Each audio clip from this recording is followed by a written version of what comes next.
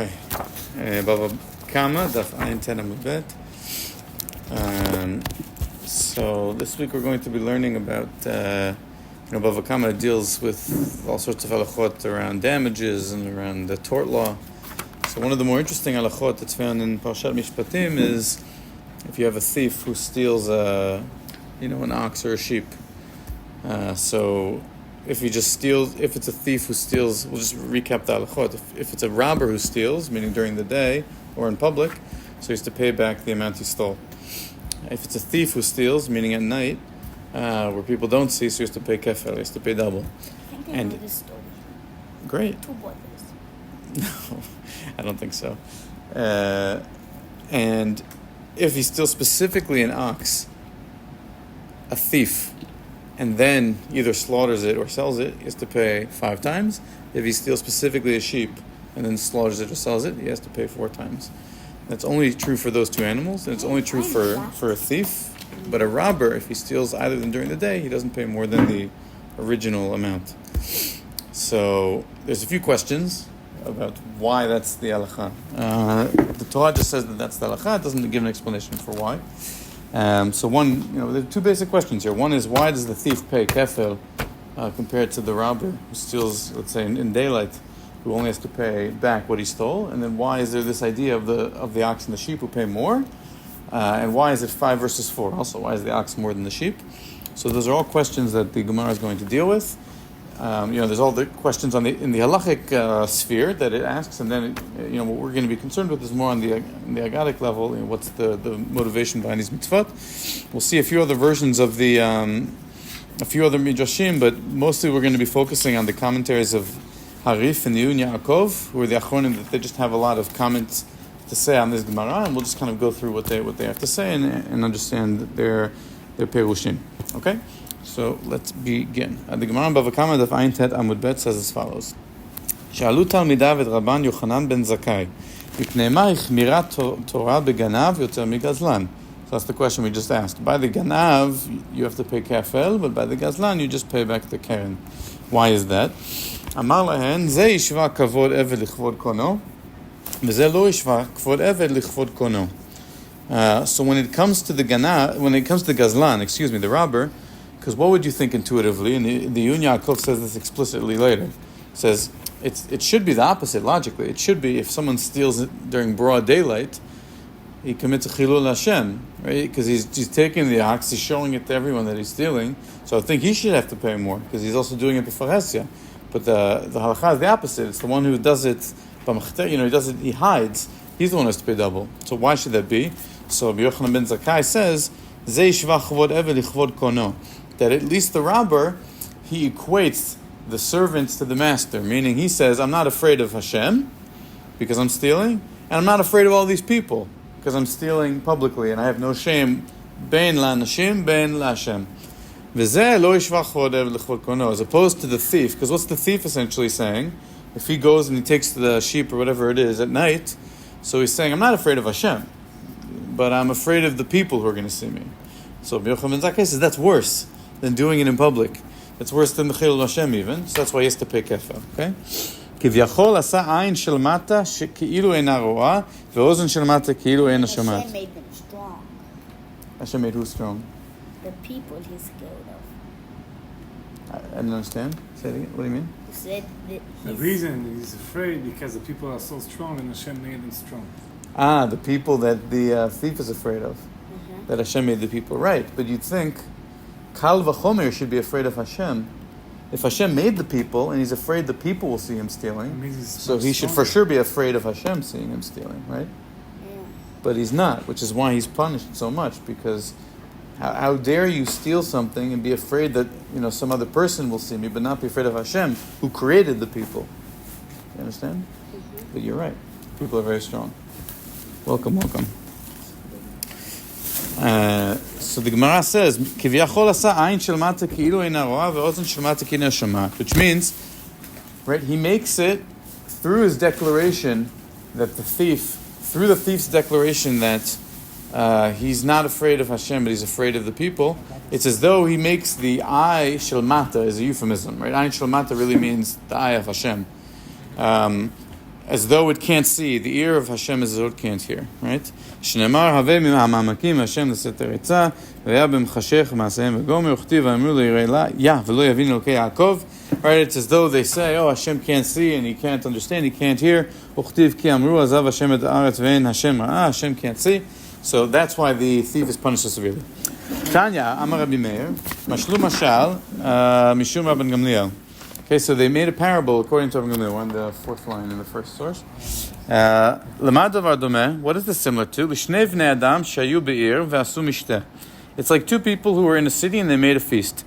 Echad zimen et bnei ir ve'lo zimen et bnei hamelech. So one of the people who made the feast, he invited all the people in the city, but he didn't invite the sons of the king. And the second one, he made a feast. He didn't invite the people of a city or the sons of the king. So, whose punishment is greater? Right? In other words, if I have a feast and I don't invite the people, the villagers, or the sons of the king, so at least I'm an equal opportunity offender, right? I'm not inviting the people. I don't care about anyone. I don't care about anyone. I'm having a feast. I'm not inviting my neighbors. I'm not inviting the sons of the king. But if you have a feast, you invite your neighbors, you don't invite the sons of the king, that's way worse. So that's the parable for the thief compared to the robber. That it's true that I'm insulting Hashem in both by saying I don't care, I don't think that, I'm not worried about Hashem's hashgacha, but being worried about people's hashgacha and not Hashem's hashgacha is more of an insult than not being worried about either one. Okay? Good. That answers the first question of why the Torah is, the thief pays double and the robber pays single. Now the Gemara moves on to the question of 5 versus 4. Okay, if he slaughters and sells, so he has to pay 5 times for an ox, 4 times for a sheep.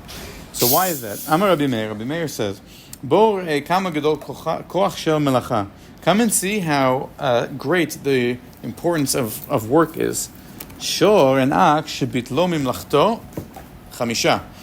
So if a thief steals an ox and then slaughters it or sells it, so he costs the owner of that ox the benefit of that ox's work, right?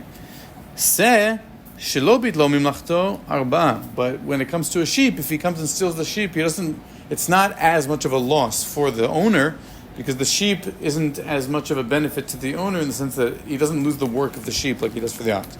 That's why you have to pay more for slaughtering or selling a sheep than an ox, than a sheep, according to Rabbi Meir. Amar Yochanan ben Zakkai, he gives another explanation. Come and see how great the honor of people are.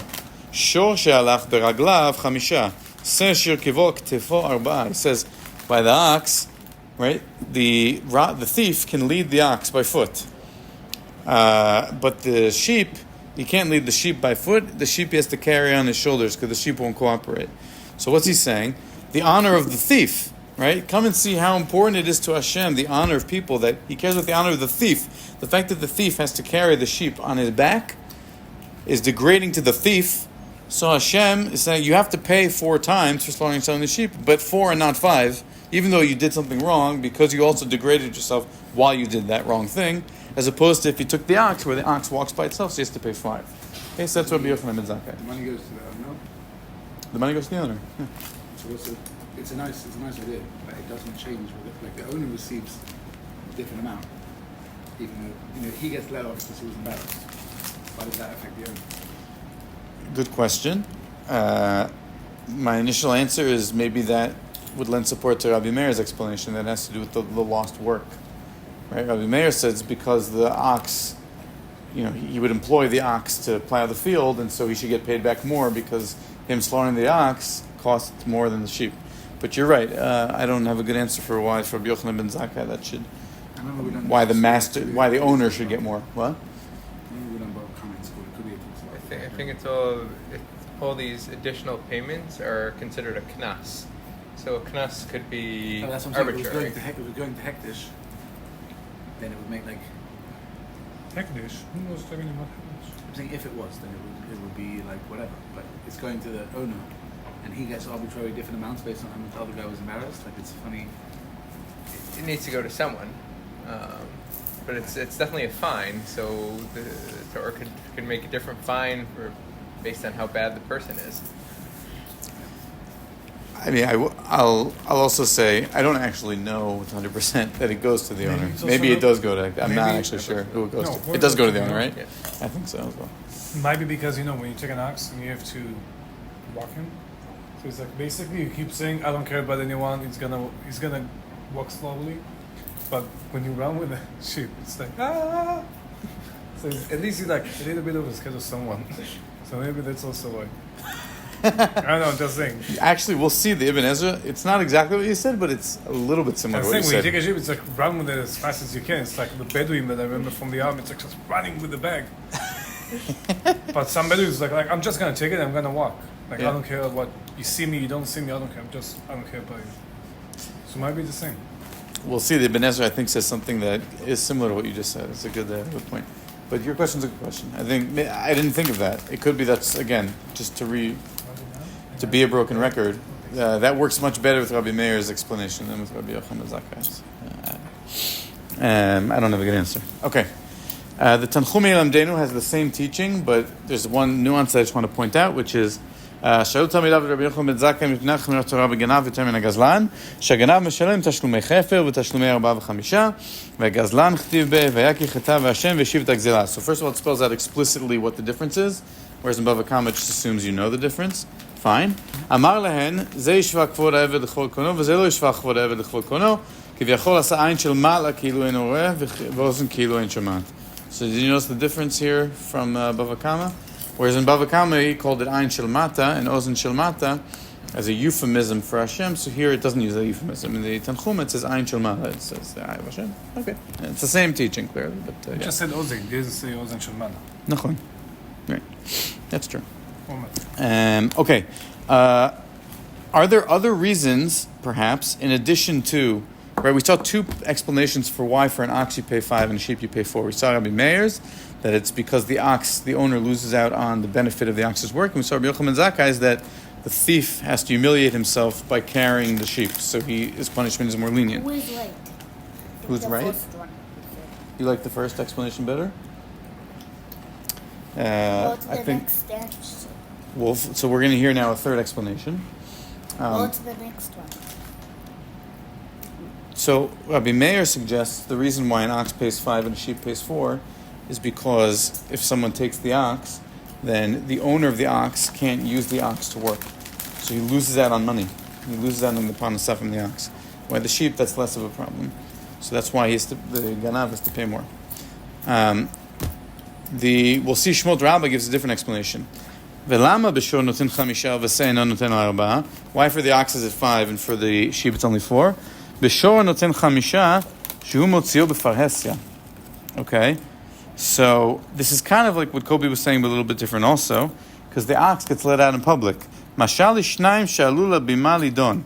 This analogy, I don't quite understand it, to be honest. Yeah, I understand the words, but I don't quite understand the message behind it. He says it's like two people who committed a crime and then they're sent out for judgment. They go to court for judgment.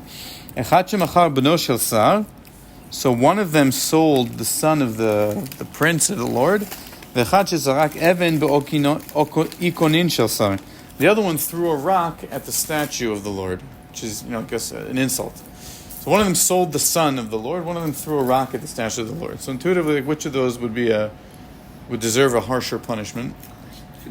The kidnapping of the son, right? So he says here, "Oto shezarak even beikonin shel sar, lakach chamisha kataforas." So the one who threw a rock at the statue of the Lord, he gets whipped with 5 lashes. Okay. Ve'oto shemachar b'no shel sar, and the one who sells the son, who kidnaps and sells the son, mishalem 400 l'rabu, has to pay the owner, the father, like the Lord, 400 coins, which is a lesser punishment than being whipped. So not what you said, and not what would make sense, but the one who throws the rock at the statue is given a harsher punishment. L'chach ktiv chamisha vakar, amar David v'al tavu mishpat avdecha. In other words, I think what the mashal is saying is the fact that he leads the ox out in public is like a spit in the face. It's a humiliation. Like by throwing the rock at the statue of the Lord. Yes, obviously objectively kidnapping the son of the Lord is a worse crime, but throwing the rock at the statue is like such an insult that it needs a harsher punishment to make a statement, right? To make a point, even though it's obviously a much less crime than the kidnapping. Treason, yeah. Even though you'd think also kidnapping the son would be treason, but yes. Leave it, yeah. So too, leading the ox out in public is considered to be more of an adding insult to injury than stealing the sheep, which doesn't need to be like led in such a public way. So that's Shmuel Rabba's explanation, different than Rabbi Meir and different from Yochanan ben Zakkai. The Ibn Ezra quotes a fourth explanation for why this could be. Amar Rabbi Yeshua, Hosif Hashem al onesh hashor yoter min haseh. So why did Hashem make the punishment for the ox 5 and the sheep 4? Ki lo yuchal le'astir hashor k'mo haseh. Okay, so I like this answer a lot. He says, because a thief can't hide an ox in the same way he can hide a sheep. An ox is a much harder thing to steal, and therefore, v'lo yuchal leganvo rak haragil yoter be'umanut hagneva. Right? Who can steal an ox effectively? Right? It's only someone who knows. Yeah, like someone who knows how to steal things, right? You know, it's like a professional, like a con artist. You know, an Ocean's 11 type of guy. It's like a heist. Exactly. To steal an ox, you need a heist. You need to plan a whole thing to get the ox. It's a humongous animal. You can't just. It's like you can't just steal the diamond with the lasers. You know, you can't just walk in and take it. You need a whole plan, right? A sheep, I take the sheep, and I go home. But with the ox, it's a much more. Yeah. Agriculturally, it's probably more noticeable. Like sheep are herds. Like 300 sheep are being shepherded somewhere, and he grabs one. Yeah. As an ox, like that, he has his own fields, he has his own job. Like it's a much more high stakes. It's high stakes, yeah. You got to like distract the owner like with some agent who's distracting him, looking that way. Then you come take the ox. Look at my sheep. Whoa, that's nice. First. No, it's like what? Look at this Asian guy. Wow. Look at this. And then you take the ox, put him on your shoulder, and run.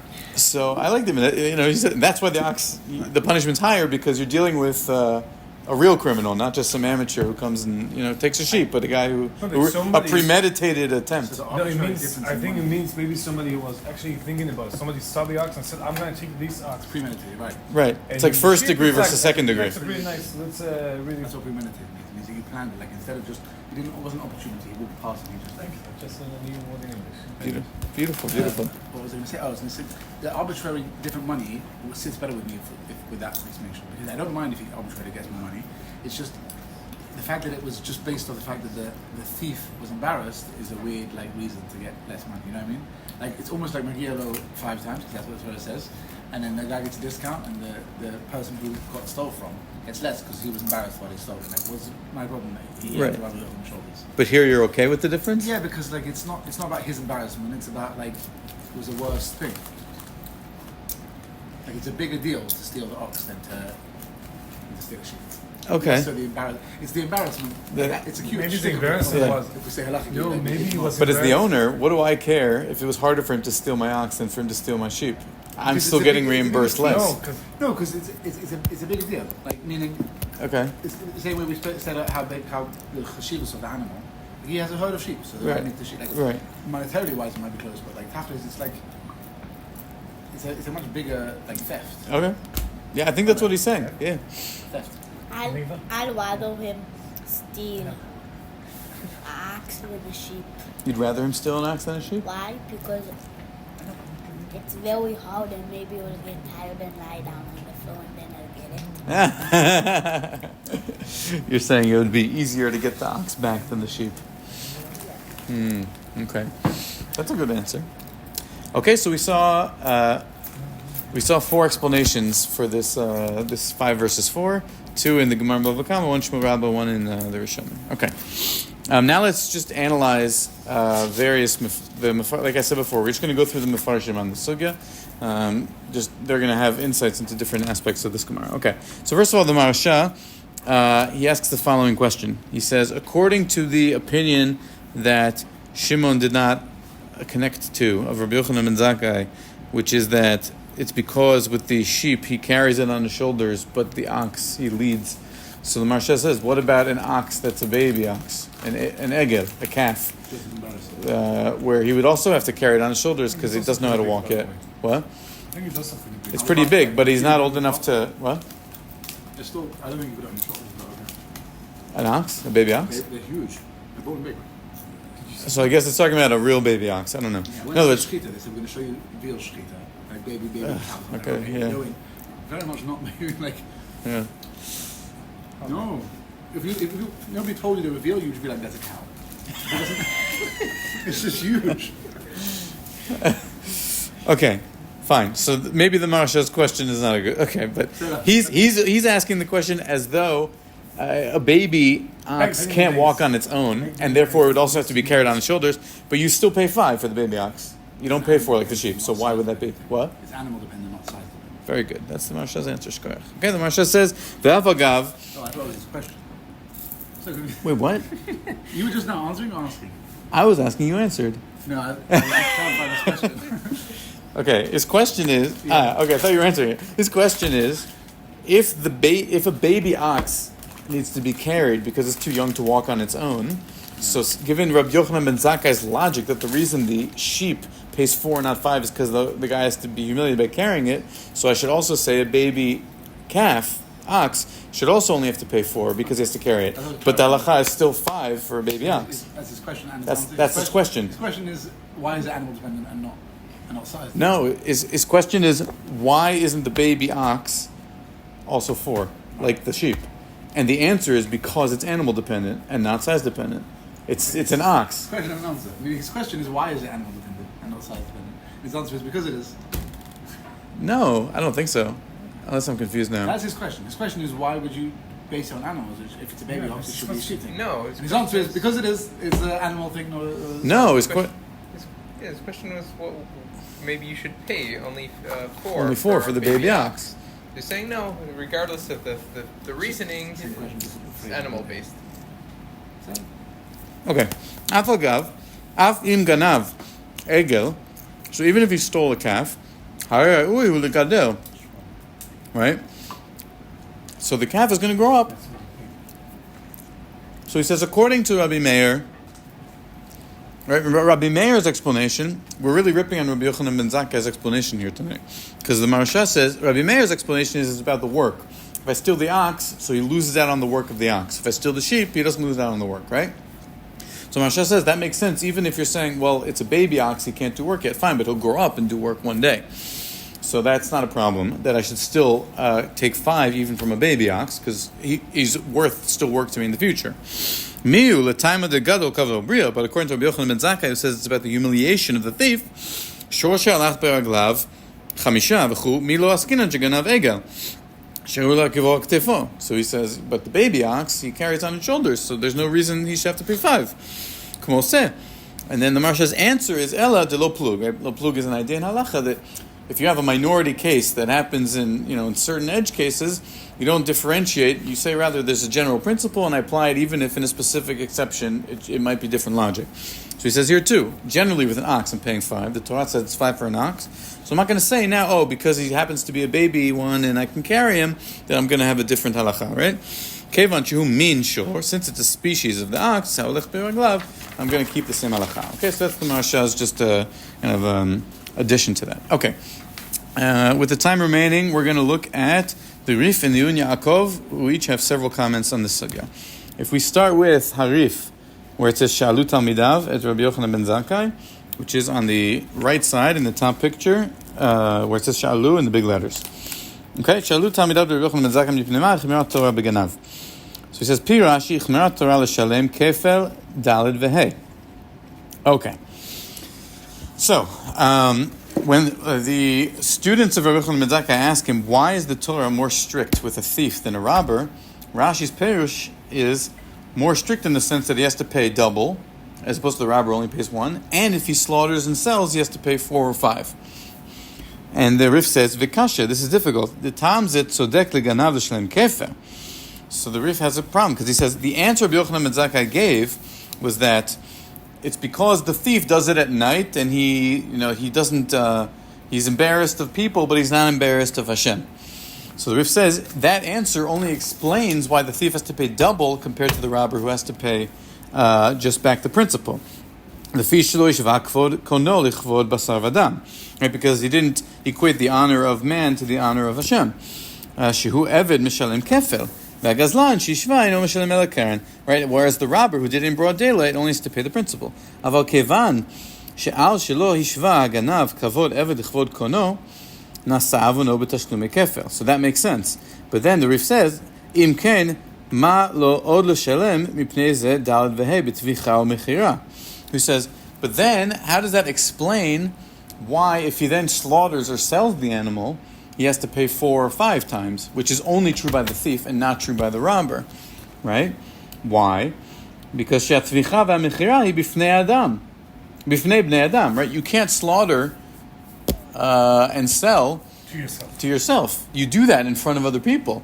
So the whole logic of he's not embarrassed about doing it in front of other people, but he's not embarrassed in front of Hashem, but the thief's going to go hide and do it in front of other people. That works for saying why the thief has to pay double, but it doesn't work for saying why the thief has to pay 4 and 5 if he slaughters or sells it. He's saying because that is done in front of other people.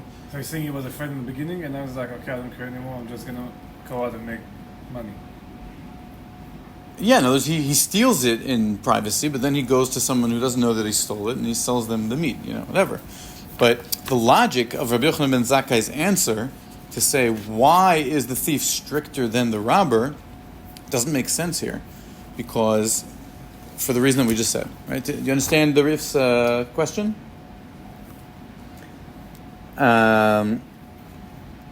שהתביכה והמכירה היא בפני בני אדם ואין פחות מבית שאם טבח ומכר או פי אחד אינו משלם אלא כפל בלבד.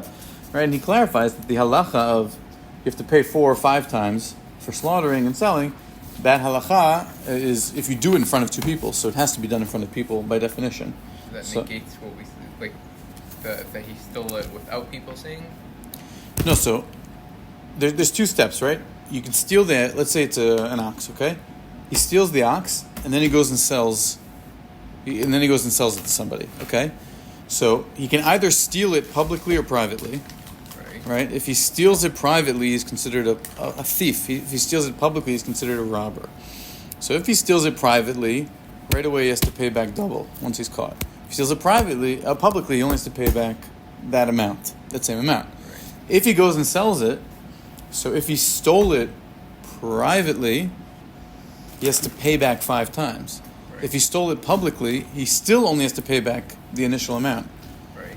So the question is, since Rabbi Yochanan ben Zakkai's explanation for why he has to pay double for doing it privately is because he didn't care about what Hashem thought, only about what people would think, so then how can you then use Rabbi Yochanan ben Zakkai's answer to explain why the thief is also stricter with 4 and 5, because the robber doesn't pay 4 and 5, only the thief does, but he does 4 and 5 by definition in public.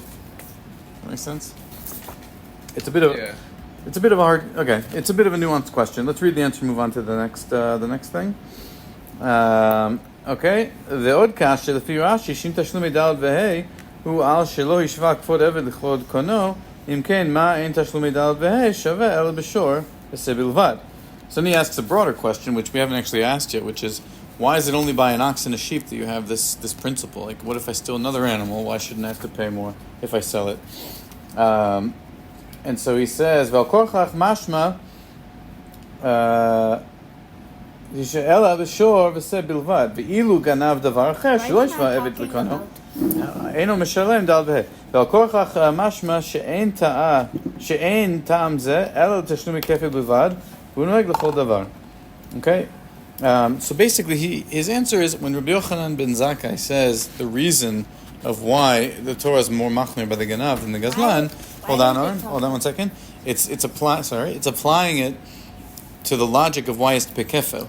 And then once you place kefil, so he's already stricter, so then there's also additional stringencies if he goes and slaughters and sells it. But that logic, that initial logic which explains why he pays double, isn't the reason why there's additional stringencies. Okay? Bye, Colby. Okay. Okay, he goes on and explains a bit more about the mashal, but maybe we'll skip to the next thing. The Yun Yaakov what was your question? Sorry. Why is it just the sheep and And an ox, and not other animals. the cow? Yeah. So, Cow also hikes. right. So, Is it? Arif actually asks that. He asks that very question, and we'll see the answer. Hmm? Is that what we just skipped? Yeah, that's the part that we just skipped. Is the answer to that question? It's a good question. Okay. Diyun Yaakov, mipnei ma ichmira Torah. So he says, Perush, תראה מצד צוואר חיצונה יותר יש להחמיר בעובר עבירה בפרהסיה מבצנעה, which is what we said before.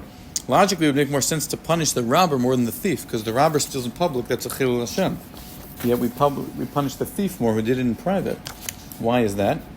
כדאית בעבירות שבין אדם למקום, דאית בפרהסיה חילול השם יותר. ולא כמקשר מפני מה הכיר התורה בגזלן. And he says, and the question is not phrased, why wasn't the Torah, right? Rabbi Yochanan's students asked, why is it stricter by the thief than the robber? So he says, the reason they didn't phrase it is, why is the Torah more lenient by the robber than the thief? It should have phrased it that way. Why not? Because really by the robber, there's no kula here, right? The fact that he pays back the principal is the bare minimum of what he should have to do. It's really not even a punishment. He just pays back what he stole. כיוון שצריך להחזיר על כל פנים, כן שגזל, is to pay back what he stole. והוא שורת הדין. That's just the bare kind of clear law.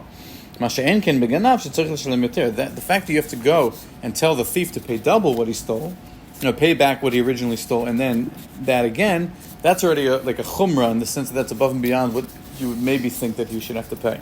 So that's why it's phrased in a way of why is it more machmir by the thief than by the robber. And so then he says, ממה שבגנב הוא מצד החומרה. לזה מתרץ שווה ישווה כבוד העבד לכבוד עונו. ואף שעובר עבירה בפרהסיה, so even though the robber does it publicly, leika chilul Hashem. He says it's not a chilul Hashem. Why isn't it a chilul Hashem? Kulei hai. כי לא ילמדו ממנו הבריות כיוון שהוא מן המצוות המושכלות. So he gives an interesting answer. He says, why isn't it a chilul Hashem if a robber, if let's say I take your ox and I like very publicly, in the middle of the day I take your ox and I walk away with it, so you think it's a chilul Hashem? What, this guy is stealing? It's because the same reason as the embarrassing thing. People don't know it's not yours. That's the whole shtick, is that you can stroll through with an ox and people will just think it's his. That's not what he says, but that's a good, okay. That's why I figured that the embarrassment thing was that because the sheep won't follow him down if he's leading it. And he was trying to make a getaway, he put it on his shoulders and went away. That's why it's embarrassing. Okay. I didn't understand it like that. I understood that it's embarrassing because he has to carry. Sorry? I remember, like in school, it was one of the first mistakes we learned. I think that's why I remember being part of Shak, because I knew nothing. Wow, okay. My understanding was it's embarrassing because he's carrying an animal on his shoulders. Yeah, but he only has to carry it because he's a thief. Normally people don't, they have Musudar ways of transporting sheep. So it looks bad for you because you're trying to make a quick getaway, so you have to put it on your shoulders. Whereas an ox, that's how you take an ox. Walk through town. But you're saying it's humiliating because by the fact that he puts it on his shoulders, people knows he's a thief. Yeah. Not that he has to carry something on his shoulders, which is just like degrading for a person to do. Maybe, but I don't think that's I think the point is that people know he's a thief. All right. I understood differently, but that makes sense. So his answer, right, the answer is this. He's giving a different answer. He's saying, everyone knows that stealing is wrong. That's what he says. So even if people see him walking with a sheep or with an ox or with whatever, and they know that he's stealing, it's not a chilul Hashem, because everyone knows you're not supposed to take somebody else's ox. So nothing is a chilul Hashem. Everyone knows it's bad. Things that people know are bad are not a chilul Hashem. Things like avodah zarah is a chilul Hashem because people don't know that it's wrong. But like when you're like, that's what he says here. Disgraceful kid, and your mom is like, you're being a chilul Hashem. People know that like, just like acting like a shmera is bad. So it's not chilul Hashem. Like what? I mean, and I feel like it's just not what we use chilul Hashem for. I think he's saying like there's a difference between things that are like common sense, like don't be a jerk, and things that are like. That's precisely what he's saying, but I'm saying so I think we just use the word chilul Hashem because we grew up. Possible, yeah. Like when your parents used to say, "Don't be chilul Hashem." Well, to make an opposite chilul Hashem is to do things that most people when they see you doing them badly, they know they're not good things. That's why it's chilul Hashem. It's like the boy in the zoo is playing acting like a shmera. Yeah. Yeah, I think you're right. I mean, I think he understands differently. If you use his answer to explain what Kiddush Hashem and Chil Hashem means, then I think we just use it wrong. He says, Leika Chilul Hashem Kule Hai. He means it's not that big of a Chilul Hashem. Less right? so because people know it's bad? Yeah. And then he says, Mashenke Mishara Verot B'Faresya, unlike other sins in public, Ika Chilul Hashem Yoter. It's more of a Chilul Hashem. So it could be, he wouldn't say, if you're just doing something that everyone knows is wrong, it's still Chilul Hashem, but it's worse if you also do something that people don't know is wrong. But I hear your question. This is funny thing, because a good chunk of mitzvahs are like... Also logical? People say is moral, like, decency. Mm. Most people also think that, like, adultery is bad. First of all, I'm not sure that's true in the modern world. I'm not sure about that. Maybe nowadays with something like I think most people would say, yeah, it's wrong, but there's not, like, there's no punishment if someone commits adultery. Even in, like America, if someone commits adultery, so their spouse has good grounds to do divorce, but there's no jail time or fine or anything. Right. Whereas the Torah would say, because you did something pretty bad.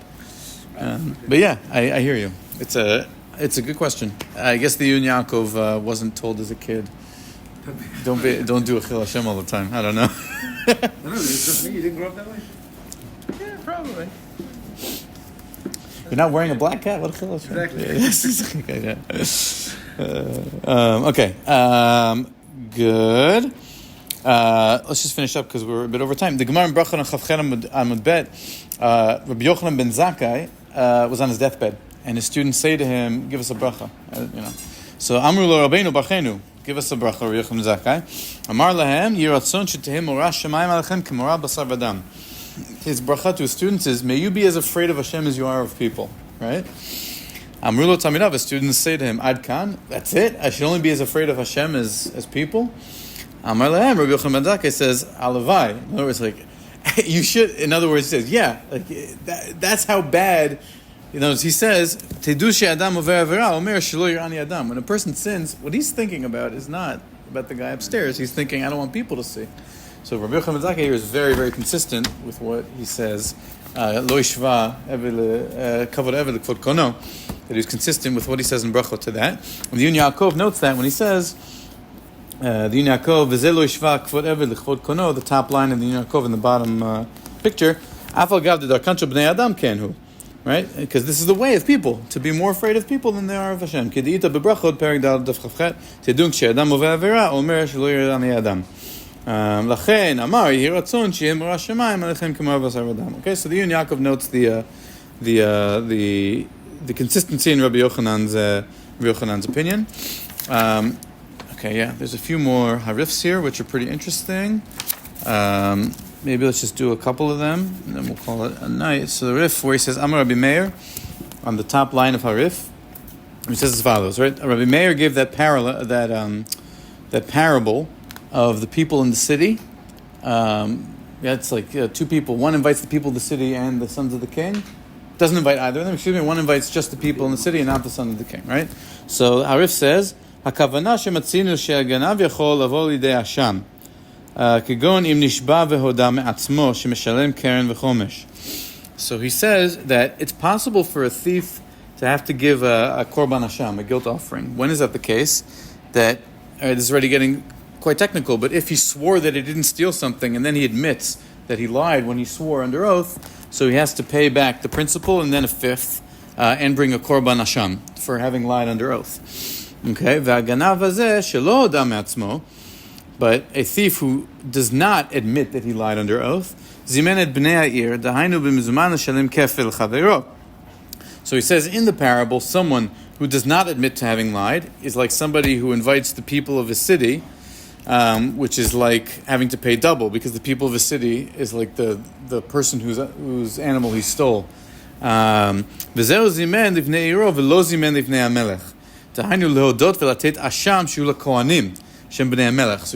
the sons of the king is the Kohanim, and the fact that he would have to give an asham if he admits is to give that to the Kohanim. So in the mashal, the Kohanim are the sons of the king. So that's him in not inviting the sons of the king. But if he does pay the asham, so that by admitting, so then he only has to pay the principal and brings the asham. So then he's a robber and he's not a thief. So that's the kind of how he maps it to the analogy. All right. The Rif then goes and explains Kama Gadol Kolcha Shemalacha, which was the fact that by taking the ox, he makes the owner lose work, and by the sheep not. And he says, V'tema, Sharek Sheganav Velo Tavach Umachar, V'nitchayev Bekefel, Be'en L'shor Shebitlo B'mlacha, V'en L'seh Shelo Bitlo B'mlacha, V'lama Lo Yechmir B'shor Shebitlo B'mlacha. Right? This is a great question. Like, why didn't we ask this question earlier? What's his question? He says, you're telling me that the reason why he pays 5 by an ox and 4 by a sheep is that if he steals the ox and slaughters it or sells it, the owner can't benefit from the work of the sheep. But if he just steals and doesn't then go slaughter or sell, he has to pay back double, whether it's an ox or sheep. But if I steal your ox, I'm also making you lose the work of the ox. Who cares if I go and sell it after slaughter? It's still not in your possession. So how come I only have to pay you double for stealing the ox or the sheep, where there's no difference, but if I go sell it, I have to pay more for the ox than the sheep because suddenly you're losing work for the ox, right? That makes sense? Well, it can't be the actual ox can't be returned anymore once he slaughtered it. As opposed to if it's sold, stolen. Yeah. Right. Okay, so that's an answer, right? He says something similar to that. He says, "V'shema lo ikre bit lo mimlacha, ela kshetavach et ashor o machro." Your answer is actually better than what he says. He says maybe it's not called losing work from the ox as long as he doesn't slaughter it or sell it. Because it's only a temporary. And if you recover the animal from the owner, so then he lost the work for a tiny amount, but it's not permanent like it is if he slaughters the animal, which is kind of like what you said. Good. And then just the last thing of the Rif, Kama Gadol Kavod HaBriot.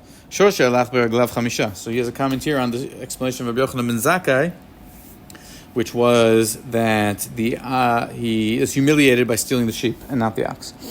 ואין לומר, לפי זה היה ראוי להפריש בין שור לשא גם בתשלומי הכפל, לפי שחיוב הכפל בא לו משום ועשית לו כאשר זמם לעשות. So he says the reason why he has to pay double the thief has to pay double is because he gives a different explanation here, which is Eidim Zomamin, right? That with Eidim Zomamin, like if you plan to do something, like Eidim Zomamin, they testify, and you do to the Eidim Zomamin what they wanted to do to somebody, right? Like they wanted to testify falsely to get somebody killed, so you killed the Eidim Zomamin. So it's here, this thief wanted to steal something, so you make him pay back that same amount again. You punish him for the midah keneged midah for what he wanted to do. Right? Shehu bikesh lichpol mamano. He tried to double his money. So he has to double the money of the person he stole from. But when it comes to the payments of 4 and 5 times, right? So, but if he goes and he tries to slaughter it or sell it, so you're punishing him with a knas more than he would have benefited from on his own. Whereas you steal an ox and you go and you slaughter, sell it, you're not getting back 5 times the price of an ox, but we're still punishing you more than that. So yesh lehakel yoker b'tashlumei haseh something. Those words are a bit blurred. Yeah, we're up to this. Okay, so he makes that differentiation there, and then we'll see. I think the last thing I want to look at is the Iyun Yaakov. Quickly. The Iyun Yaakov. Kama gadol kocha shel malacha. On the 5th or 6th wide line. Afilu b'shor negachan. Right. So the Iyun Yaakov says, what about what's taught right before this whole halacha in the Torah is shor muad, like shor tam and shor muad. So if an ox has gored, the halacha is it's considered already as though it's dead. Right. Once an ox is deemed a shor muad, so halachically it has the status of being niskal and it's not worth anything. Yeah. What if I then go and steal that ox? So do I have to pay now the tashlumin, right, to the owner if it's an ox that's a shor muad? So he says, right, this ox is going to be killed. So it's not going to be used for work, right? Because it's destined to be killed by Beit Din. So why should I then have to pay 5 times instead of 4 times? He essentially gives the similar thing we said before around like lo plug. Essentially, like it's okay. This is true that you have this exceptional case where maybe you shouldn't differentiate, But in general, we do differentiate, so therefore here we're going to differentiate as well.